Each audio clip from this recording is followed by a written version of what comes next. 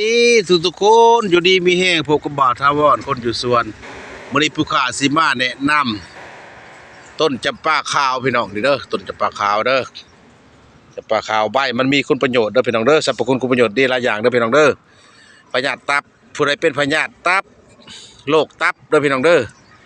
เอาใบจำปาขาวนี่แหละจัก7 ใบมาใส่กับอันขีมินเครือกับกกนอนหน่ายเด้อพี่น้องเด้อ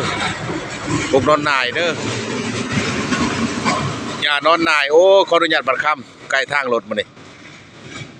เอายานอนหน่ายกับขีมินเครือมาต้มใส่กันใบจำปาขาวนี่ประมาณ7 ใบเด้อเอาแห้งก็ได้ดิบก็ได้เด้อใบจำปาขาวเด้อพี่น้องเด้อแนวละกำมือใบจำปาขาวนะเอา7 ใบมาต้มกินตั้งน้ำเด้อพี่น้องเด้อกินเช้าเที่ยงแรงก่อนอาหารเด้อผู้ใดเป็นพยาธิตับมีขนาดหนึ่งอีกเด้อนี่เด้อยาปวดตับเด้อเด้อ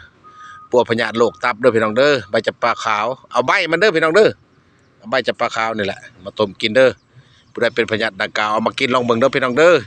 ดีได้พยาธิโรคตับเด้อพี่น้องเด้อผู้ข่าวบาทวอนมาแนะนำมาแบ่งปันสิ่งดีๆให้พี่น้องครับผู้นำกินนำใส่นำกันเด้อพี่น้องเด้อผู้ใดเป็นพยาธิดังกล่าวก็เอามากินมาต้มกินลองเบิ่งเด้อพี่น้องเด้อเอากินแล้วก็ให้สว่างให้เศร้าให้ดีไว้ว่ากินแล้วก็อยู่ดีมีแห้งอย่าเจ็บอย่าจนร่ำรวยกันเด้อพี่น้องเด้อสาธุ